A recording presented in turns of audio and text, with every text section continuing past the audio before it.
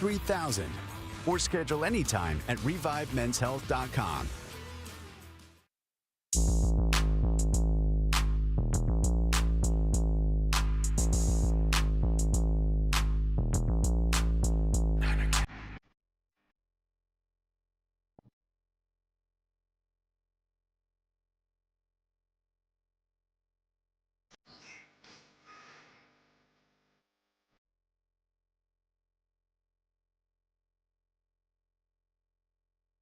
Card Show. Yeah, time for the True Sports Card Show. I'm Whitey Gleason. We have a lot to rip through today.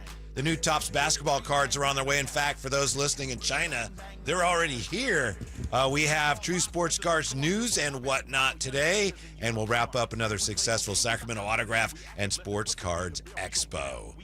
But of course, we can't do any of that without Mr. True Sports Cards himself. He's very excited about that 49er win. He's a man who claims he maintains his youthful appearance by sleeping every night, covered in 1987 Topps baseball wrappers. Imran Whitey with his new specs. Yeah. I can see. I was tired of people beating me up. Now. Yes. It's kind of funny. The instantly improved vision was not on my list for many years. I was a squinter. Hey, what's that say? Sure. And I looked like I was mad dogging everybody because I couldn't see anything. And so the truth of the matter is, my birthday is tomorrow, and my driver's license was about to expire. And on my license, it says that I have to wear corrective lenses. So I rushed to go see Dr. Darren Lee, my buddy that had the 50th birthday party a couple weeks ago in Stockton. Sure. I wasn't invited, but that's fine. Yeah, I was barely invited. They just go, here's the mic and just introduce people. And so I got my glasses. I ran down to Stockton to go get them on Monday and then studied hard for the eye test. And they sure did. There is no way in hell I would have passed that without the glasses. So I got them just in time. I went to the DMV yesterday, which is the last day I could do it before my driver's license expires. Mr. Last Minute. Yes, and I definitely looked like I just rolled out of bed because I wanted to be there very first in the morning. And so I was excited. I had my glasses on. I was, waiting to be called to the window. So I kept putting on the glasses going, am I going to pass this test? Yeah, I can read it. And so I passed the test. They gave me my license temporarily with the paper version of it. And they go, okay, go over there and go get your picture done. I said, what? I was told there would be no picture taking today. This upcoming driver's license photo is going to look awful. I have hair sticking up. You're disheveled. Disheveled. I was not ready to be shoveled. Right. I'm disheveled. You were pre-shoveled. That's all. It was early. But I have a driver's license, and that's important because I'm leaving out of state next week for a couple of states in a couple of days. So I had to get my driver's license renewed before I can get on a plane. So, well, happy birthday. Imran would love nothing more than you to call, text us, and message us, and wish him a happy birthday. We were talking about it going on the air here, and I said to Whitey, when is it at the age where you just stop? Hey, did you know it's my birthday? Am I getting presents? I feel like mine was somewhere in my mid to early 30s. The difference is, and for those of you that caught what I said, today is my cancerversary. I rang the bell. I beat cancer 12 years ago today, which leads into my actual birthday. It's kind of a weird thing. So my wife and I, we celebrate this cancerversary. There's a bell here before. That's what I'm looking for. Yes, please. I think Sep moved it. That is dope. And so it's always a celebration. And, when you beat cancer, you don't really, I'm a survivor, you're a survivor. And sometimes somebody doesn't understand why. Like, why did I beat it, but others didn't? And I didn't know why I had survivor's guilt for some time, just wondering, how could I beat stage 4 cancer, but yet other people who had it far less than me not make it? And I had some guilt there for a while. And you just try to figure out why you're supposed to be here. And I didn't know until really Jessica and Beckett came around. And now, being Beckett's dad is my life's goal, and being a great husband to my wife, that's my life's goal. So it's so funny because when you think about the purpose of your life, and we'll talk about cards, I promise. But yeah, hello. Let me just get to the 10:55 mark before we get to cards. But I was just going to say that, like, when you realize your life's purpose is often doesn't include the selfishness of you. It's the giving of you to others. It's up to you. That's the thing, I Right. think, that people sometimes miss. Right. Why am I here? Well, it's kind of up to you. What are you going to do about it? Exactly. Yeah. And I think I found it well after I beat the cancer. So I'm excited about that, being a survivor here, you being a survivor, and us having the show together. It's pretty amazing. I only had stage 2, though, I think, so, yeah. It's not only, right? It's not only. It's just... People say it's not a competition. No, it is. Yeah, and I was... 4 is more than 2. Exactly. I was winning. Exactly. So, yeah, I'm grateful for every day. Let's talk about tomorrow, my birthday. I'm Okay. taking the day off. Don't even come into the store. Good. Yeah, so tomorrow we're going to Bishop's pumpkin patch farm. So we've taken Beckett there, but he was so small before that he was like, just kind of just sitting there and going, Right. So he's going to run around. And boy, I'll tell you, when a kid goes from 2 to 3 years old, he's a totally different, and he's starting, he's finished his first month of school. This kid is running around, opening every cabinet, grabbing everything on the counter. Even when you don't think that he can reach something, he somehow reaches find it. a way. He'll get a ladder. No, I'm just... He'll rent He- a forklift. How'd you get up there? He's driving Class C commercial vehicles to get to things. Right. Like, It's like geez. crazy. Yeah. I honestly think, speaking of birthdays, I could be 93, hopefully. If someone gives me like baseball cards, I will be happy on my birthday. I really believe, honestly. When's your birthday again? May. It's in May. Good. I won't have to give you anything until then. No, it's But really, if I ever get cards on my birthday, baseball cards, not birthday cards, I really think the little kid inside me is going to be like, yes. Yeah. When I say that, I say baseball cards, not birthday cards. I don't want to. Don't even bother with the birthday cards. Oh, great. I love you more than anything. You're the greatest dad ever. Great. Thanks. Where's my Jackson Merrill autograph? Exactly. Yeah, and if anybody deserves it, it's you, Whitey.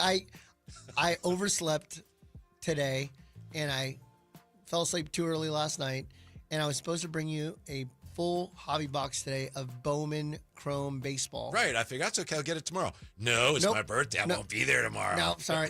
Your box will be. Let's get into the Autograph Expo that you so brilliantly handled last week's show with Jerry Reynolds. Thank you to Jerry Reynolds for filling in. And I know that it wasn't as much about cards as it typically is, but, Jerry Reynolds. We just spent 10 minutes talking about my cancer. Yeah, I know, exactly. Yeah. What about Exactly. cards? Yeah. Welcome to True Sports Card Show, where we touch on cards a little bit. Jay helped us out as well. Jay came in, threw a few innings out of the bullpen late and got us over the finish line. Yeah, there was the one thing I think I may always remember about the show, and I know I'm coming at it from a completely different perspective than you. One is, seriously, all the people that came up, especially that first day, Friday, had so many people coming up and talking about how much they enjoy Drive Guys in this show, and it was amazing. And then also with Jerry, and I know you saw this too, before we went on with Jerry last Saturday morning, he's standing there, and then someone comes up behind him and taps him on the shoulder, and it was Spud Webb, and they embraced, and it was like, Jerry was so happy. That's right. Oh, yeah. And so was Spud. It was an awkward hug. And I go, oh. It's like when two people go in for a hug and they both go the same side to hug instead of going the opposite side where the the head goes to the other shoulder. Right. They kind of they kind of did one of those. It's like a hug standoff. I was like, I think they just slow danced for a little bit. Yeah. But it was cool to see. That was so funny. And again, the only person Jerry Reynolds had to have tap up. Hey, you. He was like tapping on his shoulder at a height. Okay. Are they both pretty short? I guess so. I think Jerry's a little shorter. Really? I hadn't thought of that. Maybe. I stood right next to him and watched the awkward hug, so I want to say that they were they were like 5'7" each. Spud is not 5'9". But you were nice enough to set me up with autographs from T. Long, Ben Grieve, and they were both very, very nice. Very nice. Yeah. Yeah, Ben Grieve is hilarious because it's funny how time is manipulated as time goes by. I remember watching Ben Grieve as a kid. Like, oh, Ben Grieve, he was the rookie of the year. No, the dude's 1 year older than me. It's like, well, maybe it wasn't a kid. Same with J. Will. When Jason Williams, I'd be like, I remember watching you as a kid. Dude, you're 2 years older than me. Maybe it wasn't a kid. I remember watching his dad, and I told him that. Tom Grieve. I remember seeing Tom Grieve playing. Oh, I didn't know. I didn't know he had a dad that was in the majors. Majors? Yeah. He was a really good right-handed hitter, DH type.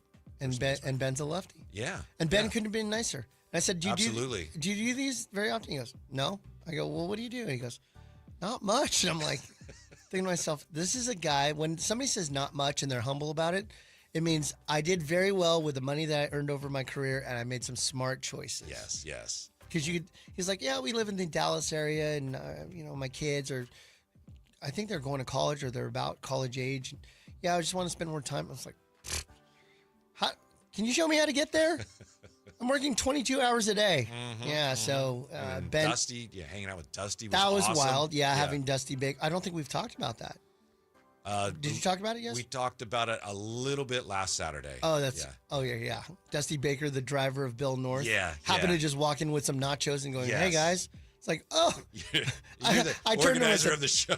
I go, Dusty Baker just walked in with nacho chips, and I didn't even know he was going to be here. I was like, who let you back here? Yeah. No, that was an honor. It was amazing. And to be truthful, the best guests were the A's active players. They were the best. Really? They couldn't have been nicer. Sometimes you forget how young these guys are. I looked at some of them, and first of all, I was like, what do we have? Just a bunch of male models here?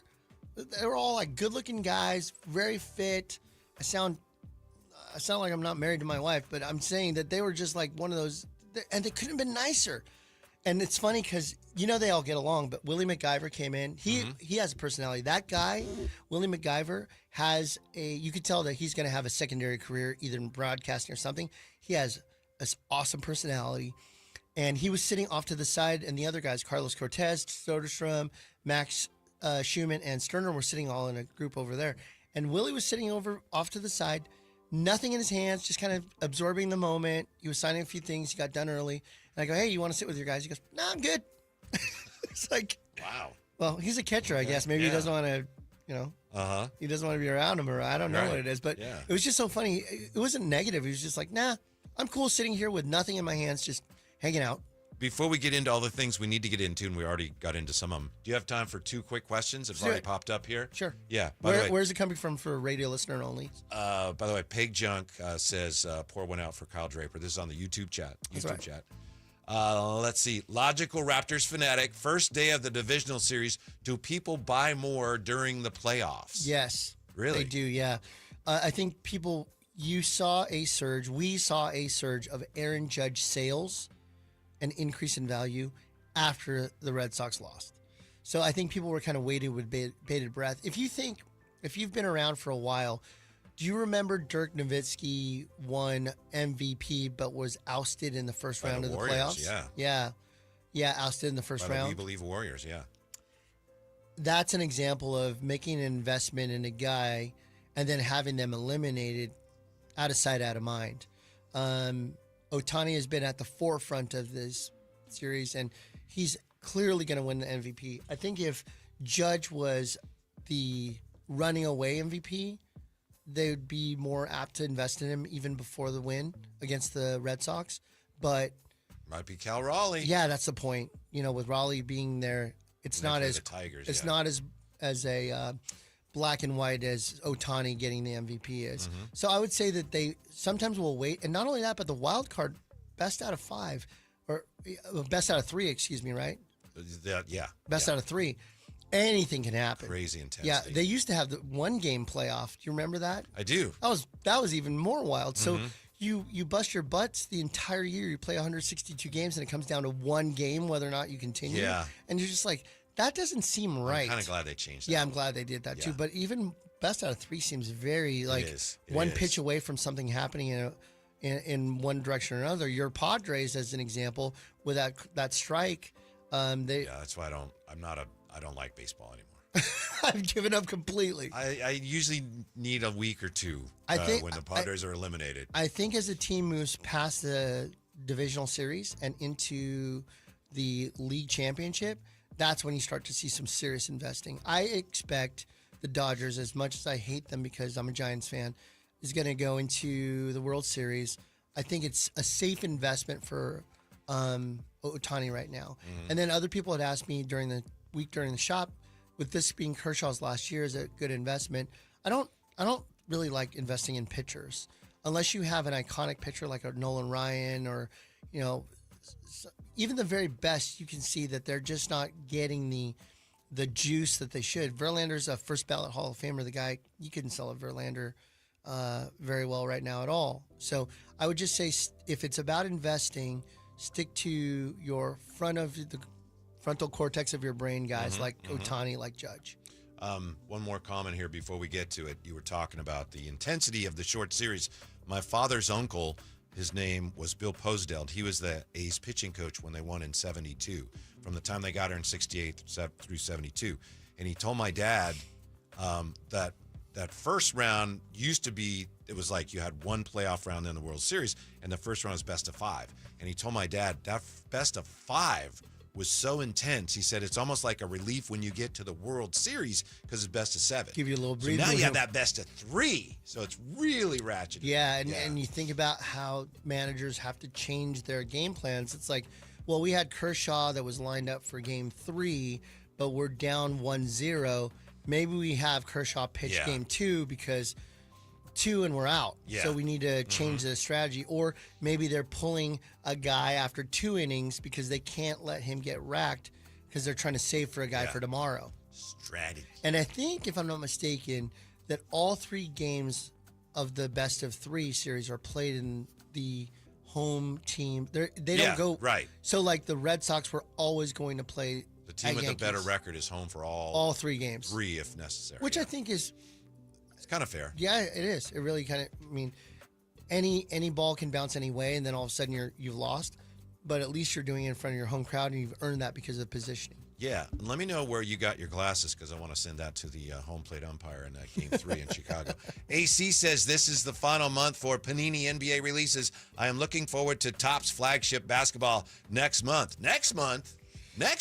That's the end of this month. Yeah. I think if you, without saying it, I think Topps and Fanatics lines up their release dates specifically with seasons, starts and ends. I think the season starts, Kings start on the 22nd, I think is their opening game.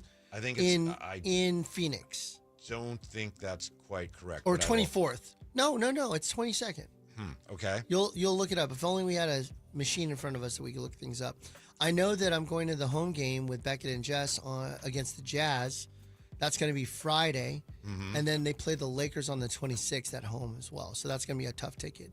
But I want to say there's the 22nd in Phoenix, which I believe they are. You're correct. The Kings will begin the season on the road against the Phoenix Suns on Wednesday, October 22nd. I'm not wearing glasses because I'm dumb. Yeah. Hello. And then next they return home for opening night at Golden One, take on the Jazz Friday, October 24th. Right. Yes, sir. Jessica you are right again. Jessica goes like this.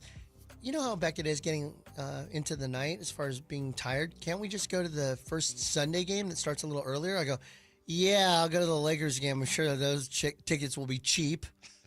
I looked and you're in nosebleeds for $200. You know, so worth it.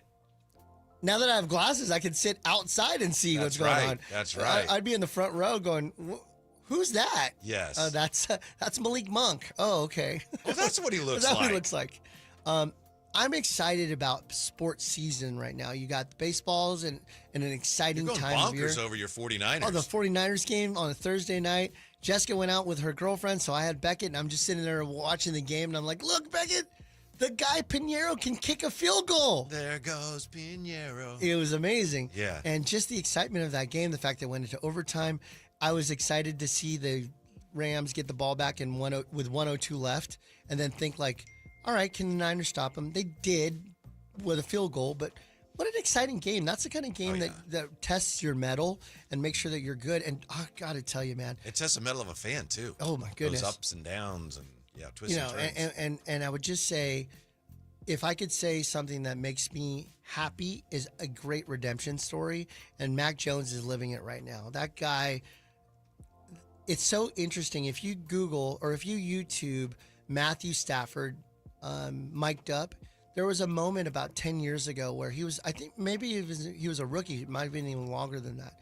He had injured himself, and he was mic'd up for NFL films. And they showed him, he got injured, he couldn't throw. He went to the sidelines for one play, and he's like, I think I could throw it. And he did. He came back in. He had like a separated shoulder or something, or a dislocated shoulder, threw the winning touchdown, immediately went back into pain, but it was one single shot of having him just grit it out and why his teammates love him so much. And to see a guy in Mac Jones do that against a Matthew Stafford-led team, 15 years later, and watch Mac Jones just barely hanging on. The poor guy was eating bananas on the sideline. A lot of bananas. Yeah, I heard he ate 11 bananas. Yeah. Just to kind of get that potassium going and make sure that he stopped cramping. I mean, this is a guy that was left on the discard pile. He's backing up Trevor Lawrence, and in Jacksonville, they had given up on him and went with Drake May instead. So there was a lot of what happens? And he was part of that heralded 2021 class that just never panned out, with the exception of Lawrence, who still has the jury out on him. But Fields and him and Jones Wilson. and Wilson, now Trey Lance. Yeah. I mean, that's an awesome class going in. And it's a dead class since, but Mac Jones, and we can look up the numbers here soon, has really revived his career. And whether it's not going to be here, but he sure did as Sam Darnold. Yeah. He's going to get paid. Kyle Shanahan said yesterday, he said at one point he was told that Adrian Martinez was going into the game, the backup. So he said he was thinking of plays to run with the backup who really has never played, really the third quarterback. He said as he was doing that, he looked up and Mac Jones was back in the huddle. He's like, oh, okay, we're good. But yeah, he was, with the cramping and everything. And I don't know what happened at one time. It looked like he said he thought he was going to throw up. It looked like, wow, they got to call an ambulance. Right. No, he's okay. I can't remember who that was. I think it might have been Byron Leftwich. Do you remember there was a quarterback that hurt his ankle so bad that after each play, the lineman would grab him, and bring the quarterback to the line of scrimmage? I think it was Byron Leftwich. I promise you, it was amazing. But there's something about that grit of a quarterback. I think Purdy has it. I think Mac Jones has proven that he has it. A guy that was just like, I'm gonna will us to win. And this is the Alabama Mac Jones that we're seeing now. We're not seeing the Patriots Mac Jones where Bill Belichick gave him, I don't know if you remember that he had one half that it was very windy. He let him throw 2 times. It's like, what are we doing here? Let this guy go. Especially when his first year was pretty good. Pro Bowl. But speaking of grit, I mean, that's the type of gritty win. Not only do we give credit to Mac Jones for that, of course, but the 49ers, that's the type of game last year. They didn't win. Nope. They didn't win that game last year. And I think that positions us to be good in the card investing world.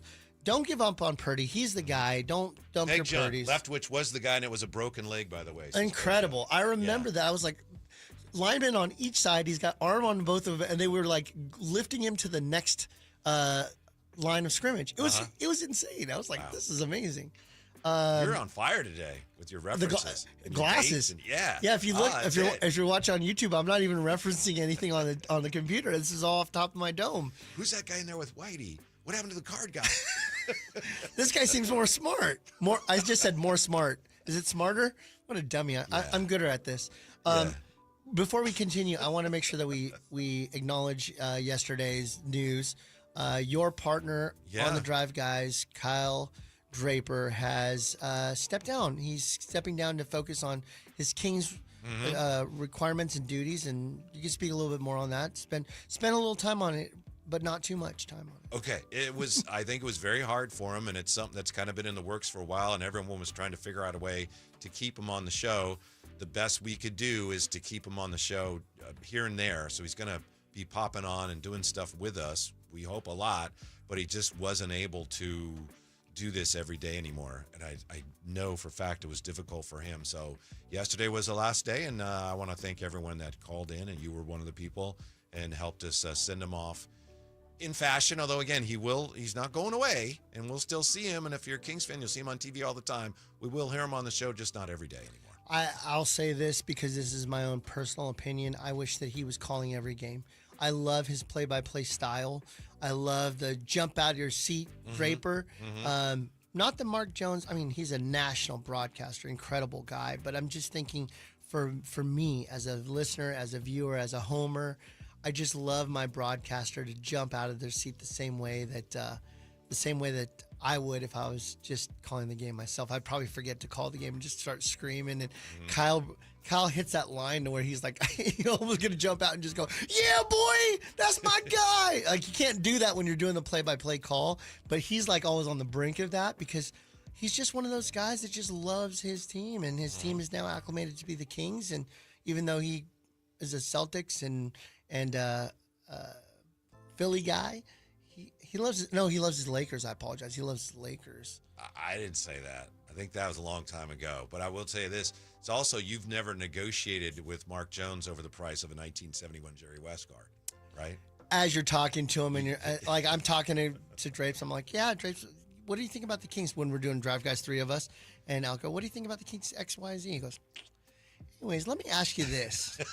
I'm on your website. Yeah. It's like, Yeah. you don't even listen to what I say to you. Yeah. You just wanted to get a deal. So Here it comes. Yeah. The deals are coming. Now that he's got 2 to 6 free every day, before he has his commitments for the night for the Kings, I could expect calls going, hey, where can I go to 6661 Stanford Ranch, your store, to come and buy some cards and drop off my son? Because Nick works for me, so a lot of fun. Drapes, we love you, and even though I tease you, it's all in good fun, but you're definitely going to be missed. You have a new dynamic to your show too, so we'll see how that goes. Yes. We'll see how that goes. Jay and I are figuring all that out. I will be guest host as often as you want with you, Monday through Friday, 2 to 6, because I'd rather do that than price cards in the back room. We'll swap. Or deal with any of the and I'll drama. take over the store. Oh, yeah, please. Yeah. When you say take over, I mean take it. Take it. I'm looking at Mac Jones. The increase in Mac Jones prices have increased another 16% since the game. So, yeah, that Mac Jones that you gave away is... To my nephew, yeah. Snag it back. Yeah. Oh, Uncle Whitey just He lives stole in North Carolina. Old Uncle Whitey just came to our door and snatched my cards from me. I'll be taking that Mac Jones. There was and a loaner anyway. And I'll give you I thought this that was Trey clear. Lance. Yeah. No, Mac Jones, he's going to get paid somewhere. And you, if you have held your Mac Jones cards for all this time, you're going to get paid too. So now's a good time to do that. Looks like Purdy is either next week or the week after returning. George Kittle could be back next week, too. Yes. But we have also learned that turf toe can spring back up. That's why Purdy came in, then went back out. So I still would sell your Mac Jones cards at this point. You've maximized the dollar you've gotten out of the majority hole if you've been holding it. Now's a good time to get out of it, in my opinion. By the way, one of the hot quarterback rookie cards of the week is Jackson Dart. His values have gone up. Once you have a game like that, when you win and show a little swag, do you see when he ran it in for the touchdown and he did the flex to the camera? People like that. I think that might be one of his cards. Topps now might have actually made that into a card. People like that. Yeah. People like that a lot. So I think... and he's New York. I think a good time right now, if I was an investor, is to pick up your Russell Wilson cards super cheap right now. He's a Hall of Famer. He's not going back in unless it's an emergency. It's the Jackson Dart era.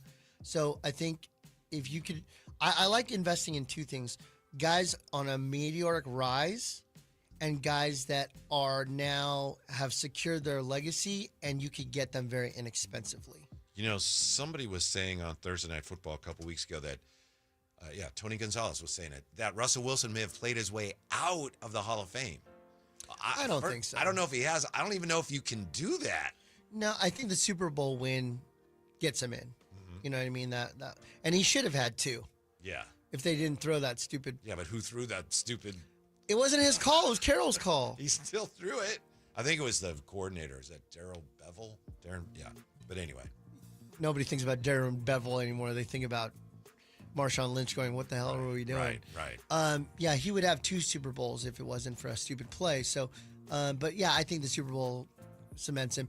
If you had just given Phillip Rivers a Super Bowl win, he'd be in. Now we think about him on a fringe, right? So how come Jim Plunkett with 2 is not in? How come Eli Manning with his record is not in? He'll get in there. Yeah. I don't know why Plunkett doesn't get in. He's great. Speaking of great Raiders, we had Fred Biletnikoff at our show last week. He couldn't have been nicer. He was great. His wife Angie and him showed up. They only have to come down the road a few miles because they live here in Roseville. So it was great. He was, man, for a guy that's 82 years old, that guy's Really? with it. I hadn't even thought about that. He's with it. Yeah. So very happy to have Fred there. And while Jessica, my wife, isn't thrilled about it, I'm already planning on a early 2016 show. And so stay tuned. We'll give you some news on that. I would. Oh, sorry, 2026. Yeah, I was going to say that wouldn't be early. 2016. It's my first glasses faux pas today. You caught it though. Peg Jug just called me Imran Kent. There you go. Yep. So that's that. What's going on now with Whatnot and the True Sports Cards show? Okay, so and the True Sports Cards store. So we have been off of Whatnot for approximately 6 months. It's been my choice. I've had some hard feelings towards Whatnot, and the reason why is because I feel like that auction platform takes advantage of some people. I don't like it, and I've had a fair share of people come in that are great customers, good people, and they come in with a big 2-row or 3-row or 4-row full of cards, and a lot of branding happens from sellers or different types of entities. Like they'll put their little stickers on their one touches that have their branding, etc. So I can see in the 4-row who they bought from. I'm familiar with these little stickers, whether the name's on it or just their branding. And I'm like, oh no, this guy was in all kinds of repacks or mystery packs. And they come in and they say, here you go, Imran. I'm selling all of it to you. I'm done. I go, what happened? Spent too much money. I had too much to drink that night. I spent all this money, or I was late into the night. I'm swiping, buying cards while I'm supposed to be sleeping. Just and losing money. Just losing money because they were taken advantage of. And I had a hard time with that. I have a hard time watching good people putting good money into things that they end up feeling taken advantage of. So I was like, I don't think I want to do this. And so, not that I was doing it, but like just You didn't want to be affiliated. Yeah, just supporting a platform that did that. Well, I got a phone call last week from somebody from Whatnot, one of their representatives, and they said, we saw that you were on the platform, then you came off. We'd like to discuss having you come back on. And I told him some of my true feelings as a guy that's trying to build a community-based card shop. And he goes, just want to let you know, stay tuned. We've got some new things happening, and I can't say them yet, but I want you to know that we are on this. We are on top of it. Mm-hmm. And before I say what it is, and we'll talk about this in a second, one of the things that I have problems with are people paying for over comps. So if a card's worth $30 and then you're getting screamed at by the seller, hey, come on, chat, let's go, let's spend some more money, right? It's really the responsibility. That guy sounds obnoxious, whoever that is, by the way. Who's dinging on me? Whoever, yeah. No. Oh, that person. Hey, come on. Yeah. So, spend some more money. Yeah. Let's get him on the show. I'll tell you, go on Whatnot and see some of the biggest channels. They're screaming and yelling and cussing at people, and I'm like, oh my, you should have paid more. It's like, wait a minute. So here's the truth of the matter. A comp is where you have a documented ability to say, yes, somebody did buy and pay for that card. And that is a fact. That is a fact. And all we're doing is we're looking at eBay. But I'm watching people. I watched a guy 2 days ago buy a Kobe Bryant 1996 Upper Deck PSA 8. That card consistently sells for $28 to $35, okay, on eBay comps. Mm-hmm. Well, this guy paid $67 for it. Okay, now we look at him like, you dummy. But here's the truth. That's an actual comp. The guy paid for it. So why isn't that documented as a true sale? What if somebody bought one for 50 and 67 and 62? Those comps don't count. Now they should count because somebody really did pay for them. And because they're on a platform that cannot document the true sale of it, that's the problem.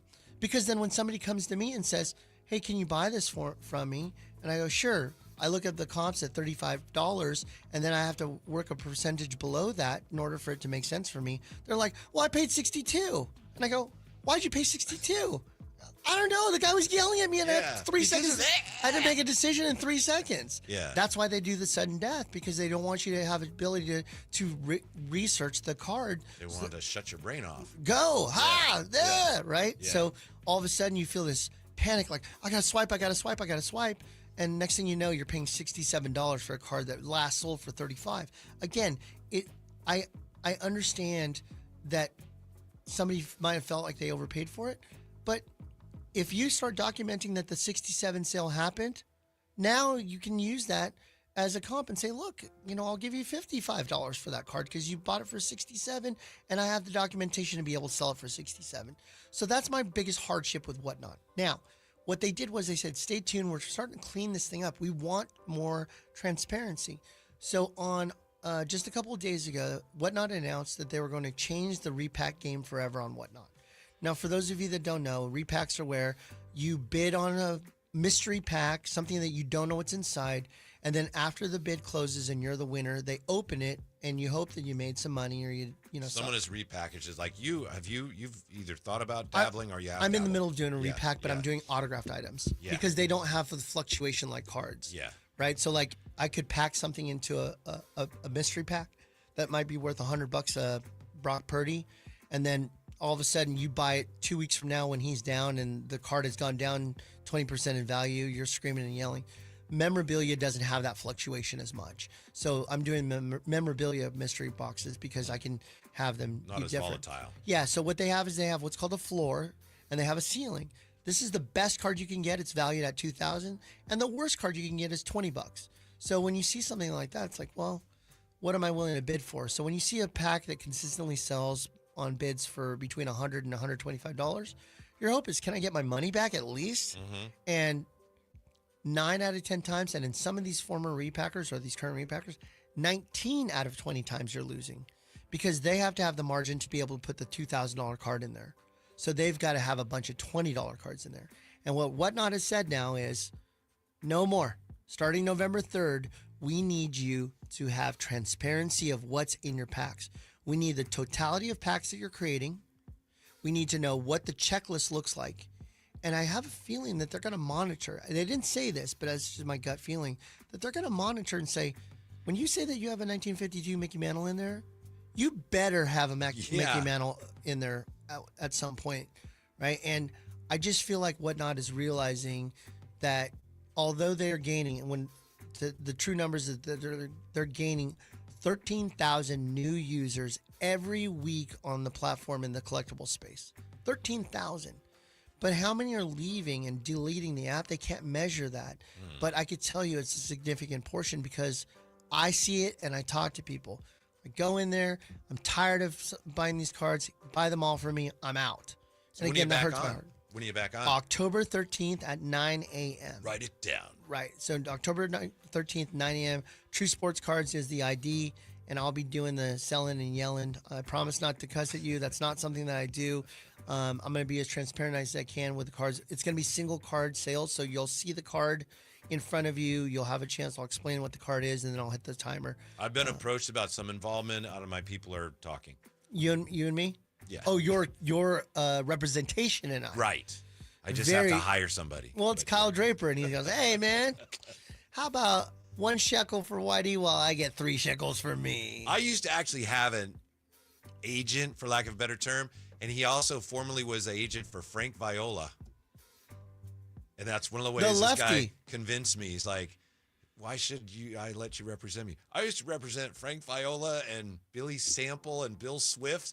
And I was like, I love baseball. I was like, oh, you're my guy. So wait a minute. Let's go. Bill Swift, the pitcher that pitched for the Giants? Yes. And then Billy Sample, who played for, I want to say the Brewers. I think the Rangers. Possibly, yeah. Definitely the Rangers. Yeah, I thought Brewers. And then Frank Viola, who I think was a Cy Young winner, yeah? Yeah. Side note, that guy was supposed to go to the Hall of Fame. Mm-hmm. He's just a Hall of Very Good, or maybe even just Hall of Good. Yeah.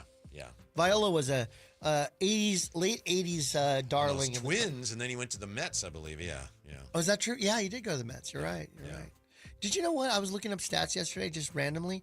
Jacob deGrom, who came in 2014 and one of the most dominant ERA pitchers of our time, only has 96 career wins. Not wild? Mm-hmm. I mean, I thought I was like, oh, this guy's going to be a Hall of Famer. No. Yeah, guys. Not with 96 don't wins. Pick up wins that much. They anymore. don't. 10 wins is like, nice year, bro. They were talking about how they had Jack Leiter was a great addition to the Rangers as a 25-year-old. He's 12-8. I was like, oh. Yeah. I guess 12 is good. I think 200 wins is kind of the marker now moving forward as far as a Hall of Fame career consideration. 96 wins. Yeah, That's yeah. wild. Speaking of Hall of Famers, and I apologize, I kind of knocked you off stride there talking about Frank Viola. You're going to have a Hall of Famer at your store, are you not? Not a baseball Hall of Famer, but a Hall of Famer. Our friend. Yeah. Rick Barry is going to be in store on October 25th. Tickets are available right now. Just go to True Sports Cards, look up Rick Barry. You'll see the tickets. Any item, we have an any item ticket and we have an inscription ticket, so take a look at that. Rick and I have been friendly for several years now. We've done a couple of investments together. We own a small business together. It does custom sports balls like basketballs and footballs. Yeah, we have that together. And he's a great guy. Some people find him ornery. I don't. I find him ornery to people that are dumb to him, right? Remember that time when you scored all those points? Yeah.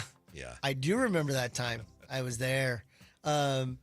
Rick is a businessman now and an entrepreneur. He's really good. He loves pickleball. He's a pickleball fanatic now. I think he's actually ranked nationally as a pickleball player in his age group. He was, and he is a great tennis player. I think he's 77 now. The guy acts like he's 40. So it's wonderful. We're going to have him there in store on October 25th at noon o'clock. Feel free to go to truesportscards.com to find out more about the tickets. We'd love to have you there in store in person. And the last time that he was there at my store, he would take off his 75 championship ring and let a kid put it on their finger and take a picture with it. Like, really cool stuff. He loves children. He absolutely loves children. So, not those of you that act like children that Actual are adults. children. Actual children, your kids. October 25th. Correct. Yeah. Correct. Looking forward to that. Yeah, it's going to be a great time. He was a little bit ahead of his time. He was a great passing forward. We're going to be running our show from there. So let's see if you can get a few minutes with him before he gets started. He had a radio show in the Bay Area for many years. I don't know if you shared the same station with him at any point. But Never did, but when this station was in another building, there were a couple times when he, for some reason, was up here, maybe because the Kings are playing, and he did his show from our building. So, yeah. Yeah, I'll never forget where he was playing wiffle ball today, huh, boys? That's what he said as we were on our way out. Yes, we are, Mr. Very. He's a great voice in radio, really good. If I could, as I walk into the foray of podcasting and doing a podcasting network, which is one of my. Into the foray? You're just doing a podcast, bro. Let's not. You've officially been uninvited to do it. No, I in 2026, I thought to myself, this is where I really want to take on a true media podcast network, and the one that I'm working on, I'm talking with several people, and I'm listening to everything for the audition. So far, Whitey, not bad, not bad. That Jerry Reynolds guy seems to be pretty confident. I may have just hurt my chances there. Making fun of me about it? Yeah. You're in a podcast, bro. As I've journeyed into the foray of broadcasting podcast. As I approbationally bequeath myself, these glasses have really turned me into all of something a sudden, else. You're a wordsmith. Now watch this. Let me take these glasses off real quick. Uh-huh. Hey, I like cards. I better put these back on. Very nice. There I am. Very nice. Yeah, there's a mention in here in the YouTube chateau, Logical Raptor talking about pack manipulation. He's correct. If you have a ceiling card in a mystery pack and it's $2,000 and you're in pack number 4 out of 200 packs and you break out this $2,000 card, the rest of the values are going to go, and people are going to say, well, I'm not going to bid $150 on this pack anymore because the best hit's gone. It's kind of like when a product is started, like a Topps Chrome update. When they have the which debut, is coming out soon, which have the debut patches in them, yeah, and then all of a sudden on day one they pull Ellie De La Cruz's 101 debut patch that sold for $600,000. Right. And if you notice, the Skeens was the real pull last year. So just like the mystery packs, they want transparency and they want to know that truly the cards are what's in there. And I think they're going to go towards more regulation, which is exciting for me. So I'm excited to get back on the platform. Christopher Ryan, good take on Whatnot. I stopped using it for the exact issues you mentioned. That's the tough part about it. So Christopher Ryan, come into the store, stop guessing on what you're buying and pick the beautiful card that's in the case that you want, that is going to be in there at a comp price. That's what we do. We price it at the comp price that's documentable. We put it in the case, and you can touch it, feel it, smell it. You can actually see it in your hands rather than taking a game of chance. By the way, you mentioned Topps Chrome Update Baseball. That's also this month, right? It is. I finished my orders on that. So Topps Update is first, not Chrome. So it'll be Topps Update and then Topps Chrome Update. Oh, okay. There is a paper version of it. I see. Yeah. So the paper version is coming out. I want to say week after next is when the release date is. I want to say it's the 15th. Yeah. And then just to clarify, we've been talking about the Topps basketball. Yep. The first ones are just the paper. We brought right? it up. That's why I brought up the Kings starting. Yes. If you think about this, Topps, as I mentioned in a previous show, Topps and Fanatics are not creating any 2025 football product for the NFL. Or they're not doing it for the NFL anyways because they don't have the licensing. They're not doing pro football at all. So does that mean you'll have a double rookie class? Possibly. Wow. But remember, they said that they're going to release stuff in March or late February. What ends in late February? The Super Bowl. Groundhog Day. Yeah, that's better. That's it. St. Patrick's Day? You had a better answer. Yeah. Not St. Patrick's Day. I took my glass off for a second. I instantly become an idiot when I take these glasses off. So I apologize for the last 23 months that I've been on the air. What have I been doing? Just dummy stuff. Did it take you a long time to pick out your glasses? I'm guessing it would for you, but you said you were a time crunch. So maybe yeah. Well, how much is that one? How much is that one?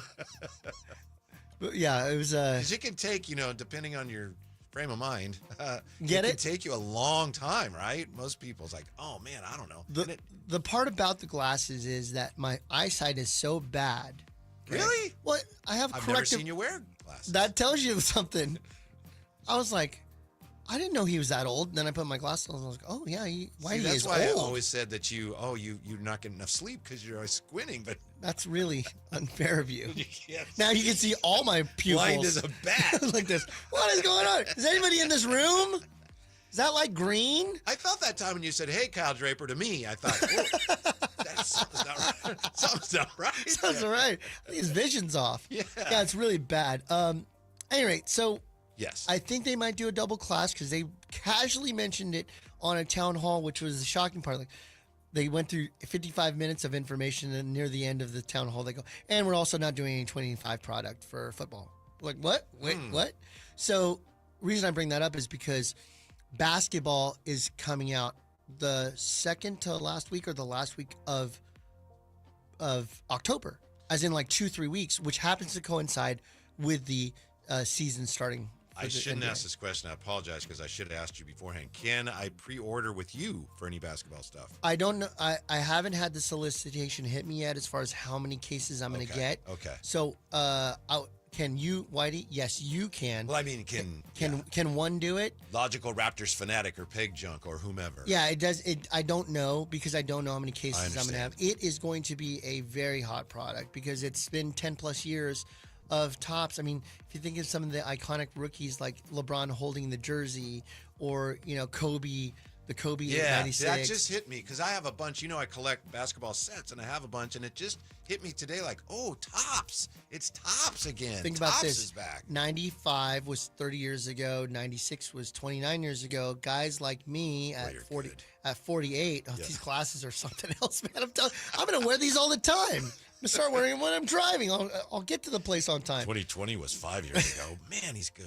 They're actually the Meta glasses. You just have a screen there with the script. Yeah. I don't believe it. It's talking about. There's just lines of data in front of my eye, in front of my iris. What I'm saying is that era are guys like my age now that have expendable income that's now retro going, I remember pulling that Kobe out of that pack, that fresh Topps smell. You know what I mean? That great pack experience. And they're going to have that again. And now these kids are going to get to experience it with their parents who opened Topps packs back then. When I first got back into cards, like everybody else around the pandemic, I remember looking at basketball cards. Panini. What is Panini? I mean, good for them, but just it's a sandwich. Fleer, Donruss, Topps. who is Panini and how are they doing basketball cards? I couldn't understand. And remember when Topps did Bowman way back in '89? It was Bowman. It wasn't Topps's Bowman. Right. And now everything has been fractionalized with a Panini in front of it. Panini Prism, Panini Prism Black, Panini Obsidian. No, it's like Mosaic. there was just standalone brands in their own building, printing out their own cards. Now it's just a commingling of a bunch of different stuff. But I think what I'm getting at is I'm excited because the Topps price point isn't very expensive. I want to say it's going to be under $125 a box, which is exciting to have licensed product. You're going to see Luka in a Lakers uniform. You're going to see Cooper Flag. It just so happens the only thing that could have been better than having Cooper Flag as your premier rookie in a debut year would have been Wemby. Because he's a generational talent, and they're thinking that Cooper might be similar. But you have a strong rookie class with Ace Bailey. You have Dylan Harper. You have Nick Clifford. Mm-hmm. Do you want to talk about Kuminga? You're raising your hand. No, I wanted to point out Cooper Flag. Somebody just this week gave him a pack of basketball cards from the year he was born. I heard about this. Go ahead. Yeah, and he opened them and he got a Hito, and he's like, I don't know. I don't know who Hito is. What? Who are you? That's what people say to me when I tell them things like I've never seen a show. Have you ever watched Breaking Bad? I've never seen an episode. I'll tell them, what's wrong with you? He must have never played 2K. I feel like everyone knows. Who doesn't know 2K? Oh, Cooper Flag. Oh, yeah. Flag? Turkoglu is broken in 2K. Is he? Yeah. Like not good? So good. So good. Too good. Like he's famous for around people my age because of how good I he is didn't realize in 2K. that. Yeah. Interesting. I will tell you one move that the patented Hito move was a pump fake and then slowly driving past you, then pulling back for maybe like a 8-foot fadeaway, dropping back. Like the guy was not fast, but he could get that shot off. Really good guy. We used to have him on our show every week, and one time we were talking to him, and his English wasn't great. He was a really nice guy, but something happened and the show just stopped. We're talking to him, and either we said something that he didn't answer well, or we said something dumb, and the show stopped. And then he goes, "So how's show going? Good?" No, I'll never forget that. Yeah, Hito. I have a guessing game for you if you mean want. Hidayat Turkoglu? Yes, sir. Hidayat. Really good guy. Really good guy. I have here top 10 basketball players' cards in terms of eBay sales volume from January through August via GemRate. Okay. Would you like to take any GemRate shots would of mean these? that they're all graded. It's a website tracking card sales and grading information. Okay. Yeah. Would I like to do what? Would you like to see how many guesses it takes you to guess all 10? We got 2 minutes left, so let's do it. Okay. Wemby? This is basketball player. Wemby is number 4. Jordan? Michael Jordan, number 1, 41.6 million. Wemby, by the way, 17.1 million. Kobe? You're 2 for 2. Kobe is number 2, 18.8 million. LeBron? LeBron James, number 5, Luka. 17.1 million. Luka, number 7, 9.2 million. This is where it starts to get tough. Remember, it's basketball players. Ant-Man. Number 9, 6.7 million. You're perfect so far. What am I missing? You're missing numbers. 3, 6, 8, and 10. And somebody we were just talking about is on this list. Hidayat Turkoglu. No, not him. Let's see Who here. we just talked about talking about. let me put my Anthony just mentioned him. Who? We were just. Who's the one that doesn't know who Hito Turkoglu is? Cooper Flag? Cooper Flag's number 10. I didn't think he had enough cards to be in the discussion. 4.7 million. Wow. Then you got a guy, of course, it's him. Help me, Chateau. And then you've Who else is in got there? Wait. one of the brightest stars of last year, and then you've got one you're missing because you're not thinking of basketball players.